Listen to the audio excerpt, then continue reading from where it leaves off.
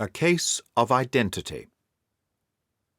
"My dear fellow," said Sherlock Holmes, as we sat on either side of the fire in his lodgings at Baker Street, "life is infinitely stranger than anything which the mind of man could invent. We would not dare to conceive the things which are really mere commonplaces of existence. If we could fly out of that window hand in hand, hover over this great city, gently remove the roofs, and peep in at the queer things which are going on, the strange coincidences, the plannings, the cross-purposes, the wonderful chains of events working through generations and leading to the most outré results, it would make all fiction, with its conventionalities and foreseen conclusions, most stale and unprofitable." "And yet I am not convinced of it," I answered. "The cases which come to light in the papers are, as a rule, bald enough and vulgar enough. We have in our police reports realism pushed to its extreme limits, and yet the result is, it must be confessed, neither fascinating nor artistic. A certain selection and discretion must be used in producing a realistic effect," remarked Holmes. "This is wanting in the police report, where more stress is laid perhaps upon the platitudes of the magistrate than upon the details, which to an observer contain the vital essence of the whole matter. Depend upon it, there is nothing so unnatural as the commonplace." I smiled and shook my head. "I can quite understand you thinking so," I said. "Of course, in your position of unofficial adviser and helper to everybody who is absolutely puzzled throughout 3 continents, you are brought in contact with all that is strange and bizarre. But here," I picked up the morning paper from the ground, "let us put it to a practical test. Here is the first heading upon which I come. 'A husband's cruelty to his wife.' There is half a column of print, but I know without reading it that it is all perfectly familiar to me. There is, of course, the other woman, the drink, the push, the blow, the bruise, the sympathetic sister or landlady. The crudest of writers could invent nothing more crude. Indeed, your example is an unfortunate one for your argument," said Holmes, taking the paper and glancing his eye down it. "This is the Dundas separation case, and, as it happens, I was engaged in clearing up some small points in connection with it. The husband was a teetotaler, there was no other woman, and the conduct complained of was that he had drifted into the habit of winding up every meal by taking out his false teeth and hurling them at his wife, which you will allow is not an action likely to occur to the imagination of the average storyteller. Take a pinch of snuff, Doctor, and acknowledge that I have scored over you in your example."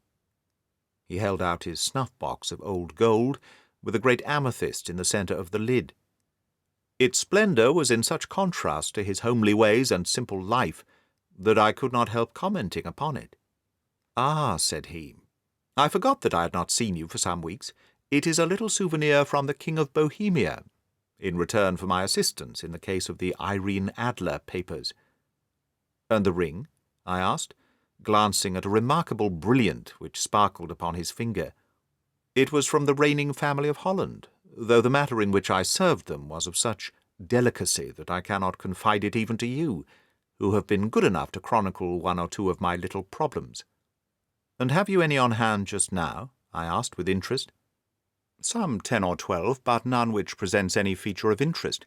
They are important, you understand, without being interesting.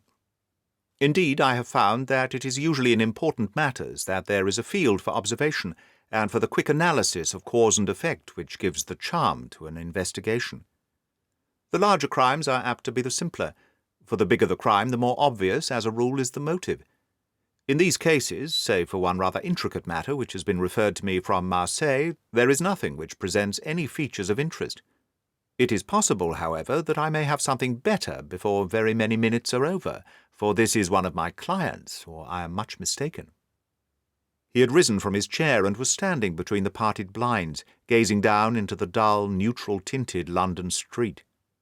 Looking over his shoulder, I saw that on the pavement opposite there stood a large woman with a heavy fur boa round her neck, and a large curling red feather in a broad-brimmed hat, which was tilted in a coquettish Duchess of Devonshire fashion over her ear. From under this great panoply she peeped up in a nervous, hesitating fashion at our windows, while her body oscillated backwards and forwards, and her fingers fidgeted with her glove buttons. Suddenly, with a plunge, as of the swimmer who leaves the bank, she hurried across the road, and we heard the sharp clang of the bell. "I have seen those symptoms before," said Holmes, throwing his cigarette into the fire. "Oscillation upon the pavement always means an affaire du cœur. She would like advice, but is not sure that the matter is not too delicate for communication. And yet even here we may discriminate.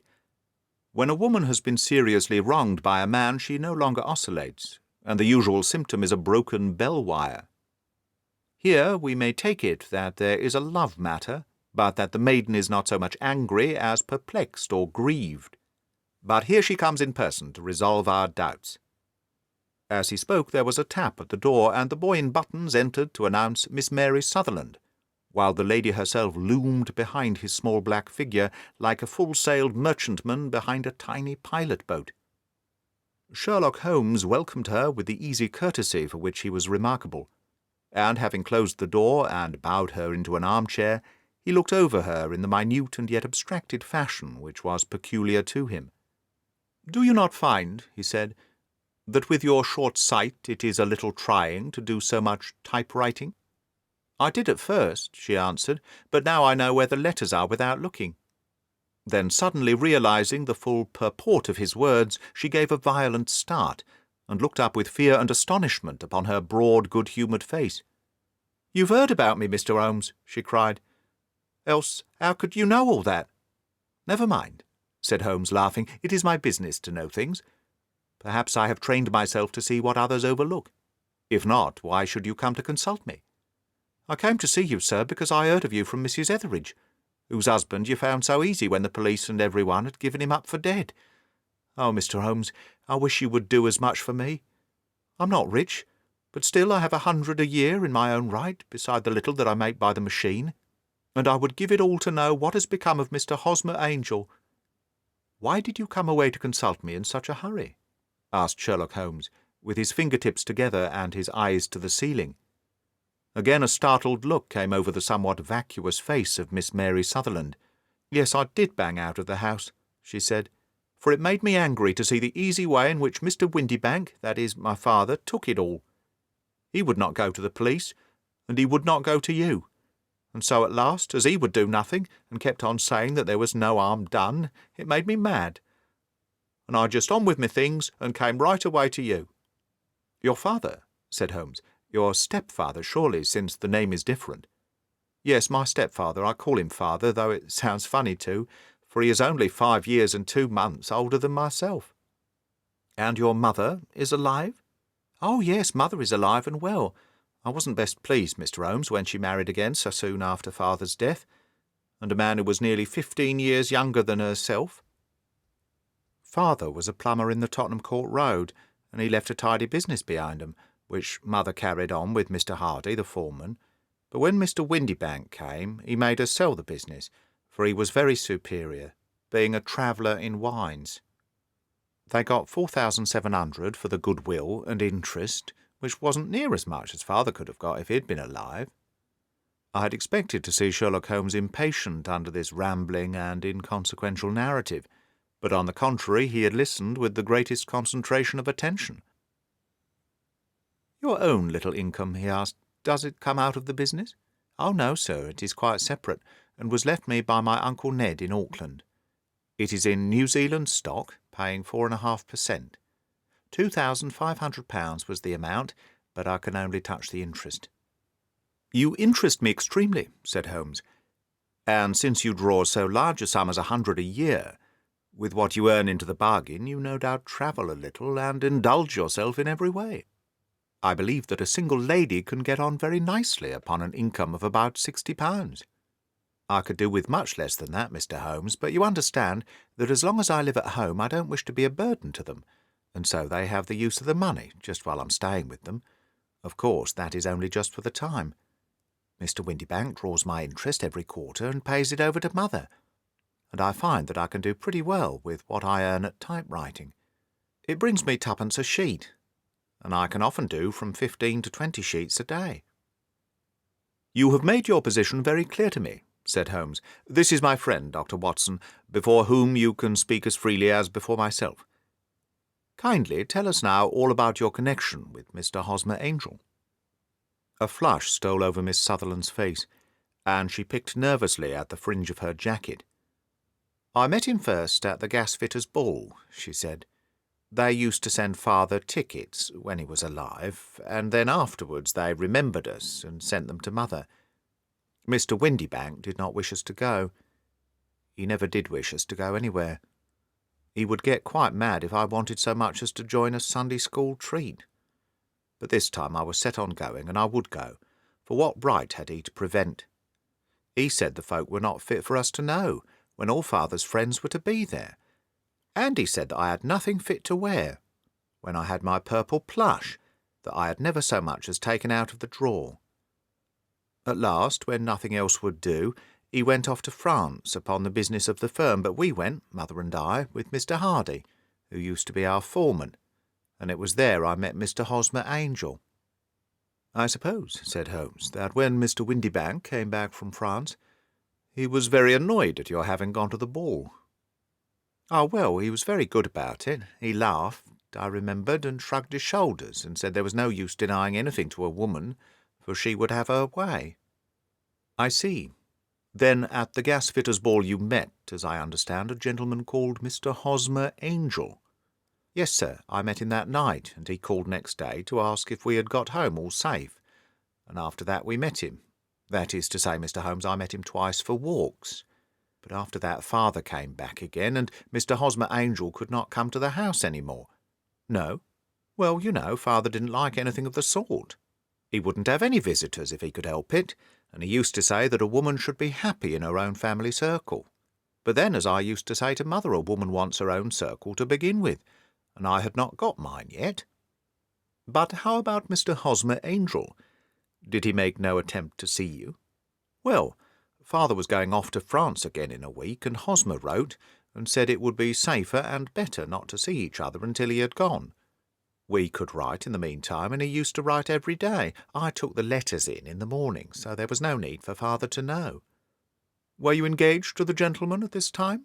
Oh, yes, Mr. Holmes, we were engaged after the first walk that we took. Hosmer, Mr. Angel, was a cashier in an office in Leadenhall Street, and— What office? That's the worst of it, Mr. Holmes, I don't know. Where did he live, then? He slept on the premises. And you don't know his address?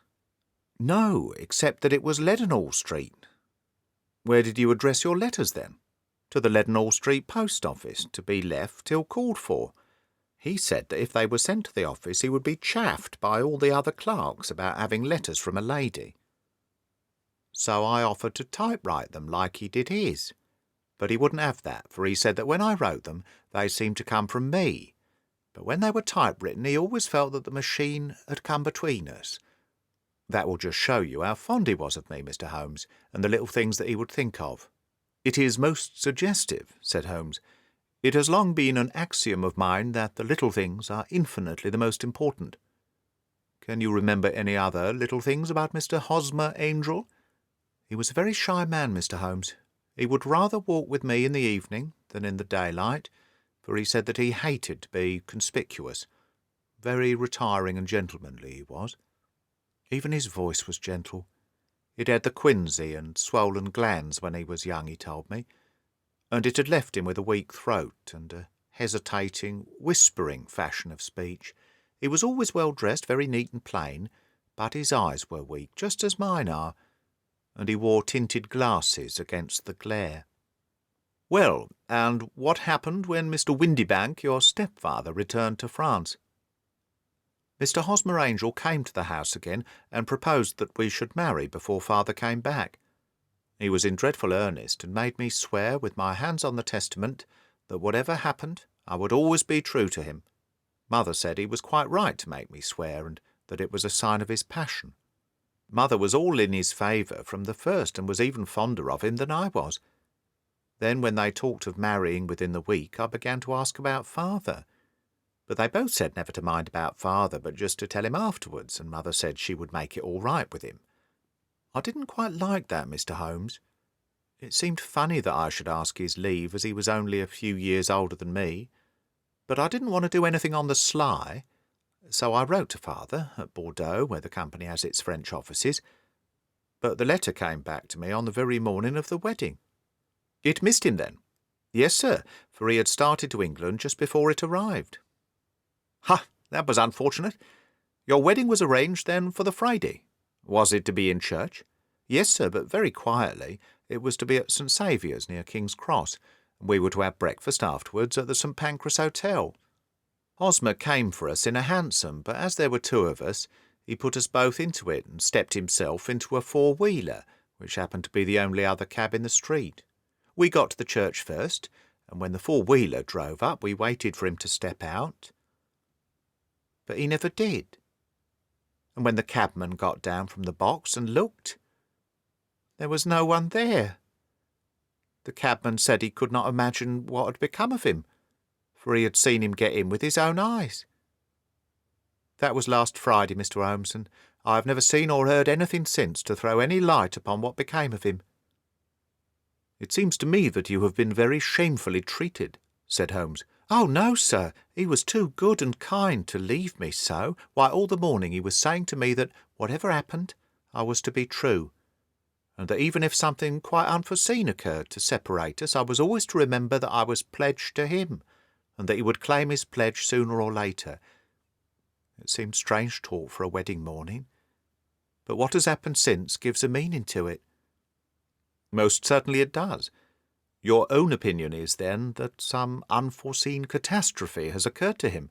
Yes, sir. I believe that he foresaw some danger, or else he would not have talked so, and then I think that what he foresaw happened. But you have no notion as to what it could have been? None. One more question. How did your mother take the matter? She was angry, and said that I was never to speak of the matter again. And your father, did you tell him? Yes, and he seemed to think with me that something had happened, and that I should hear of Hosmer again. As he said, what interest could anyone have in bringing me to the doors of the church, and then leaving me? Now, if he had borrowed my money, or if he had married me and got my money settled on him, there might have been some reason. But Hosmer was very independent about money, and would never look at a shilling of mine. And yet what could have happened? And why could he not write? Oh, it drives me quite mad to think of it, and I can't sleep a wink at night. She pulled a little handkerchief out of her muff and began to sob heavily into it. I shall glance into the case for you, said Holmes, rising, and I have no doubt that we shall reach some definite result. Let the weight of the matter rest upon me now, and do not let your mind dwell upon it further. Above all, try to let Mr. Hosmer Angel vanish from your memory, as he has done from your life. Then you don't think I'll see him again? I fear not. Then what has happened to him? You will leave that question in my hands. I should like an accurate description of him, and any letters of his which you can spare. I advertised for him in last Saturday's Chronicle, she said. Here is the slip. And here are 4 letters from him. Thank you. And your address? 31 Lion Place, Camberwell. Mr. Angel's address you never had, I understand. Where is your father's place of business? He travels for Westhouse and Marbank, the great claret importers of Fenchurch Street. Thank you. You have made your statement very clearly. You will leave the papers here, and remember the advice which I have given you. Let the whole incident be a sealed book, and do not allow it to affect your life. You are very kind, Mr. Holmes, but I cannot do that. I shall be true to Hosmer. He shall find me ready when he comes back. For all the preposterous hat and the vacuous face, there was something noble in the simple faith of our visitor, which compelled our respect. She laid her little bundle of papers upon the table and went her way, with a promise to come again whenever she might be summoned. Sherlock Holmes sat silent for a few minutes with his fingertips still pressed together, his legs stretched out in front of him and his gaze directed upwards to the ceiling. Then he took down from the rack the old and oily clay pipe, which was to him as a counsellor, and, having lit it, he leaned back in his chair with the thick blue cloud-wreath spinning up from him, and a look of infinite languor in his face. "Quite an interesting study, that maiden," he observed. I found her more interesting than her little problem, which, by the way, is rather a trite one. You will find parallel cases, if you consult my index, in Andover in 77, and there was something of the sort at The Hague last year. Old as is the idea, however, there were one or two details which were new to me. But the maiden herself was most instructive. You appeared to read a good deal upon her, which was quite invisible to me, I remarked. Not invisible, but unnoticed, Watson. You did not know where to look, and so you missed all that was important. I can never bring you to realize the importance of sleeves, the suggestiveness of thumbnails, or the great issues that may hang from a bootlace. Now, what did you gather from that woman's appearance? Describe it. Well, she had a slate-coloured, broad-brimmed straw hat, with a feather of a brickish red. Her jacket was black, with black beads sewn upon it, and a fringe of little black jet ornaments. Her dress was brown, rather darker than coffee colour, with a little purple plush at the neck and sleeves. Her gloves were greyish, and were worn through at the right forefinger. Her boots I didn't observe. She had small round hanging gold earrings, and a general air of being fairly well-to-do, in a vulgar, comfortable, easy-going way. Sherlock Holmes clapped his hands softly together and chuckled. "'Pon my word, Watson, you are coming along wonderfully. You have really done very well indeed. It is true that you have missed everything of importance, but you have hit upon the method, and you have a quick eye for colour. Never trust to general impressions, my boy, but concentrate yourself upon details. My first glance is always at a woman's sleeve. In a man it is perhaps better first to take the knee of the trouser. As you observe, this woman had plush upon her sleeves, which is a most useful material for showing traces. The double line a little above the wrist, where the typewritist presses against the table, was beautifully defined. The sewing machine of the hand type leaves a similar mark, but only on the left arm, and on the side of it farthest from the thumb, instead of being right across the broadest part, as this was. I then glanced at her face, and observing the dint of a pince-nez at either side of her nose, I ventured a remark upon short sight and typewriting, which seemed to surprise her. It surprised me. But surely it was very obvious. I was then much surprised and interested, on glancing down, to observe that though the boots which she was wearing were not unlike each other, they were really odd ones, the one having a slightly decorated toe-cap, and the other a plain one. One was buttoned only in the 2 lower buttons out of 5, and the other at the 1st, 3rd, and 5th. Now, when you see that a young lady otherwise neatly dressed has come away from home with odd boots half-buttoned, it is no great deduction to say that she came away in a hurry. "And what else?" I asked, keenly interested, as I always was, by my friend's incisive reasoning. I noted, in passing, that she had written a note before leaving home, but after being fully dressed. You observed that her right glove was torn at the forefinger, but you did not apparently see that both glove and finger were stained with violet ink. She had written in a hurry, and dipped her pen too deep. It must have been this morning, or the mark would not remain clear upon the finger. All this is amusing, though rather elementary. But I must go back to business, Watson. Would you mind reading me the advertised description of Mr. Hosmer Angel? I held the little printed slip to the light. "Missing," it said, "on the morning of the 14th, a gentleman named Hosmer Angel, about 5 feet 7 inches in height, strongly built, sallow complexion, black hair, a little bald in the centre, bushy black side whiskers and moustache, tinted glasses, slight infirmity of speech.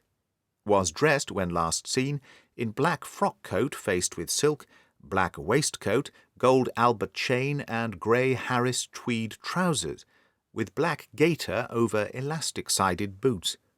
Known to have been employed in an office in Leadenhall Street. Anybody bringing, etc., etc. That will do," said Holmes. "As to the letters," he continued, glancing over them, "they are very commonplace. Absolutely no clue in them to Mr. Angel, save that he quotes Balzac once. There is one remarkable point, however, which will no doubt strike you." "They are typewritten," I remarked. "Not only that, but the signature is typewritten. Look at the neat little Hosmer Angel at the bottom. There is a date, you see, but no superscription, except Leadenhall Street, which is rather vague.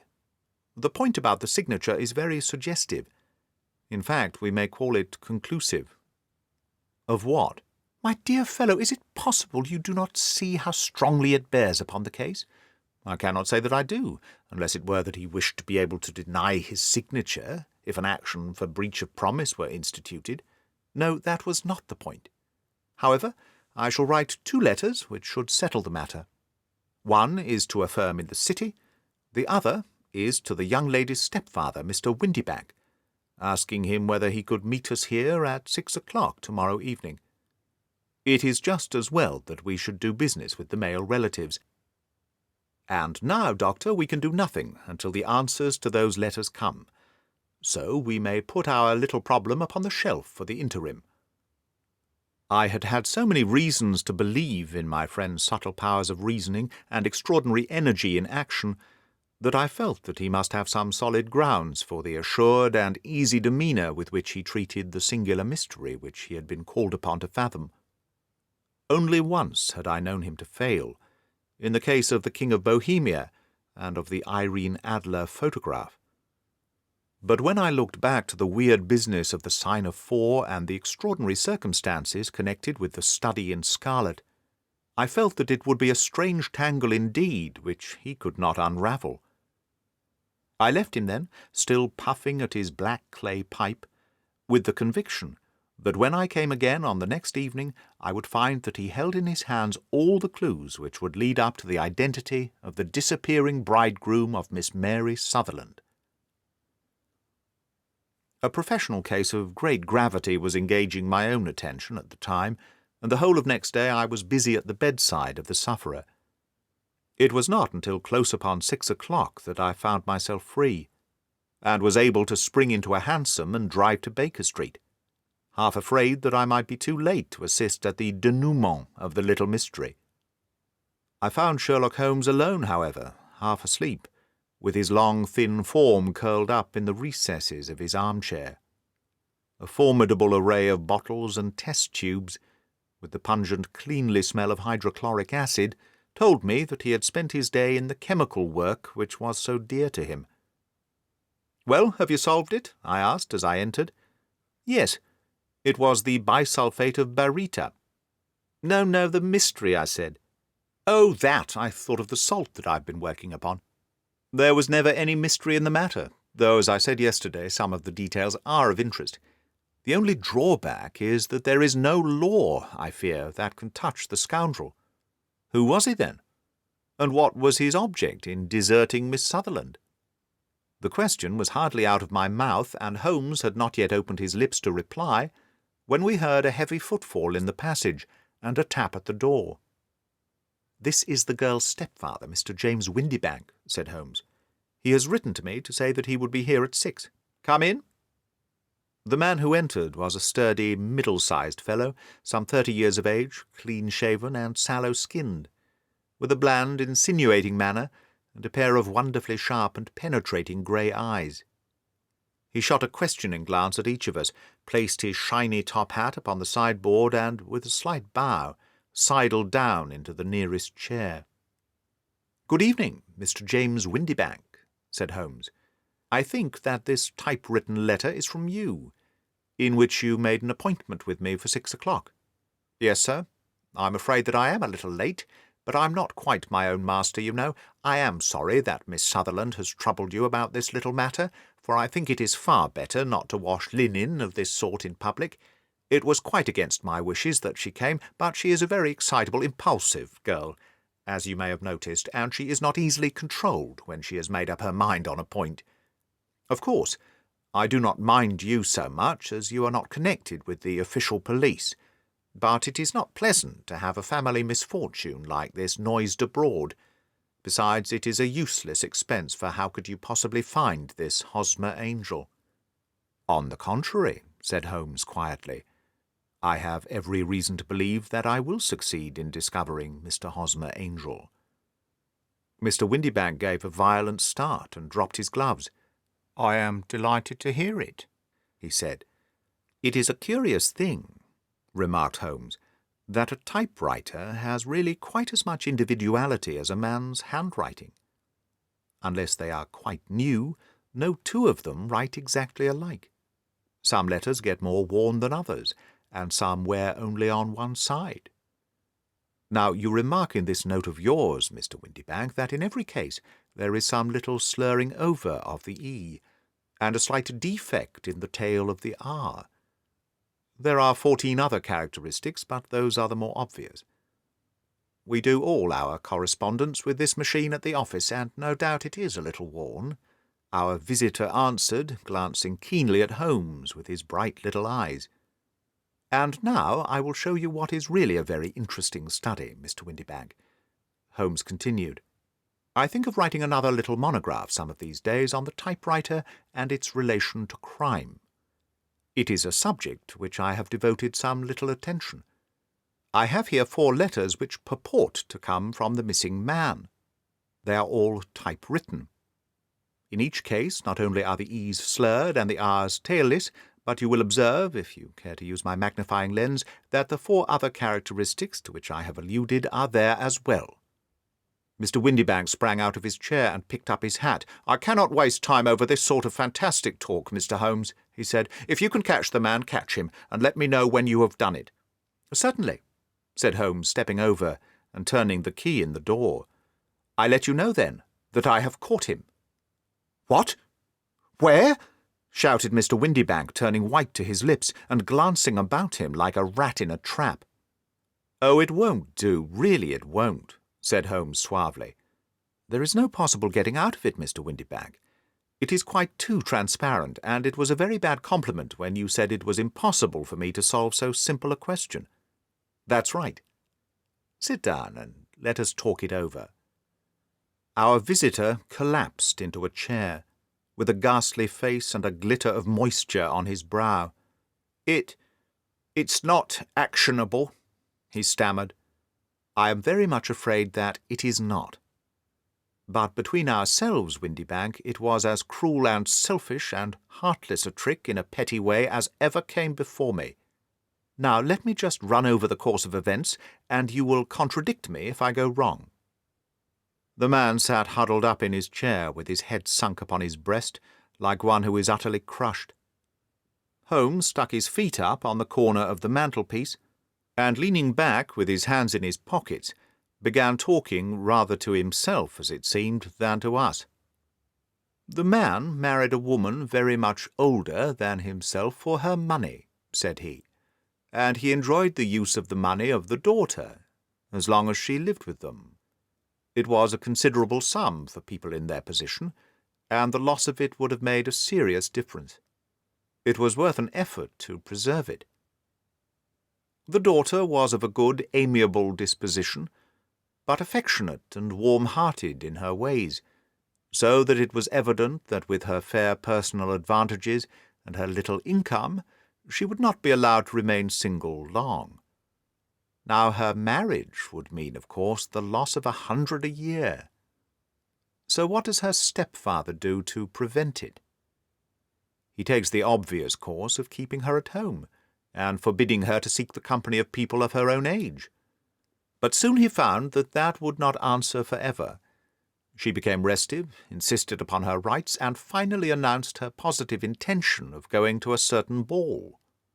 What does her clever stepfather do then? He conceives an idea more creditable to his head than to his heart.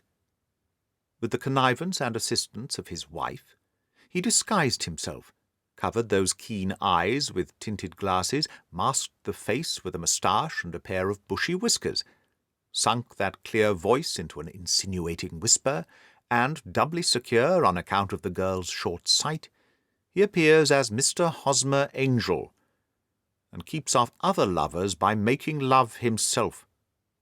It was only a joke at first, groaned our visitor. We never thought that she would have been so carried away. Very likely not. However that may be, the young lady was very decidedly carried away, and having quite made up her mind that her stepfather was in France, the suspicion of treachery never for an instant entered her mind. She was flattered by the gentleman's attentions, and the effect was increased by the loudly expressed admiration of her mother. Then Mr. Angel began to call, for it was obvious that the matter should be pushed as far as it would go, if a real effect were to be produced. There were meetings and an engagement which would finally secure the girl's affections from turning towards anyone else. But the deception could not be kept up forever. These pretended journeys to France were rather cumbrous. The thing to do was clearly to bring the business to an end, in such a dramatic manner that it would leave a permanent impression upon the young lady's mind, and prevent her from looking upon any other suitor for some time to come. Hence those vows of fidelity exacted upon a testament, and hence also the allusions to a possibility of something happening on the very morning of the wedding. James Windibank wished Miss Sutherland to be so bound to Hosmer Angel and so uncertain as to his fate, that for 10 years to come, at any rate, she would not listen to another man. As far as the church door he brought her, and then, as he could go no further, he conveniently vanished away by the old trick of stepping in at one door of a four-wheeler and out at the other. I think that was the chain of events, Mr. Windibank." Our visitor had recovered something of his assurance while Holmes had been talking, and he rose from his chair now with a cold sneer upon his pale face. "It may be so, or it may not, Mr. Holmes," said he, "but if you are so very sharp, you ought to be sharp enough to know that it is you who are breaking the law now, and not me. I have done nothing actionable from the first, but as long as you keep that door locked, you lay yourself open to an action for assault and illegal constraint." "The law cannot, as you say, touch you," said Holmes, unlocking and throwing open the door. "Yet there never was a man who deserved punishment more. If the young lady has a brother or a friend, he ought to lay a whip across your shoulders. By Jove," he continued, flushing up at the sight of the bitter sneer upon the man's face, "it is not part of my duties to my client. But here's a hunting crop handy, and I think I shall just treat myself to—" He took 2 swift steps to the whip, but before he could grasp it there was a wild clatter of steps upon the stairs, the heavy hall door banged, and from the window we could see Mr. James Windibank running at the top of his speed down the road. "There's a cold-blooded scoundrel," said Holmes, laughing, as he threw himself down into his chair once more. "That fellow will rise from crime to crime until he does something very bad and ends on a gallows. The case has, in some respects, been not entirely devoid of interest." "I cannot now entirely see all the steps of your reasoning," I remarked. "Well, of course, it was obvious from the first that this Mr. Hosmer Angel must have some strong object for his curious conduct, and it was equally clear that the only man who really profited by the incident, as far as we could see, was the stepfather. Then the fact that the 2 men were never together, but that the one always appeared when the other was away, was suggestive. So were the tinted spectacles and the curious voice, which both hinted at a disguise, as did the bushy whiskers. My suspicions were all confirmed by his peculiar action in typewriting his signature, which of course inferred that his handwriting was so familiar to her that she would recognize even the smallest sample of it. You see, all these isolated facts, together with many minor ones, all pointed in the same direction. And how did you verify them? Having once spotted my man, it was easy to get corroboration. I knew the firm for which this man worked. Having taken the printed description, I eliminated everything from it which could be the result of a disguise, the whiskers, the glasses, the voice, and I sent it to the firm, with a request that they would inform me whether it answered the description of any of their travellers. I had already noticed the peculiarities of the typewriter, and wrote to the man himself at his business address, asking him if he would come here. As I expected, his reply was typewritten, and revealed the same trivial but characteristic defects. The same post brought me a letter from Westhouse and Marbank of Fenchurch Street to say that the description tallied in every respect with that of their employé, James Windibank. Voilà tout. And Miss Sutherland?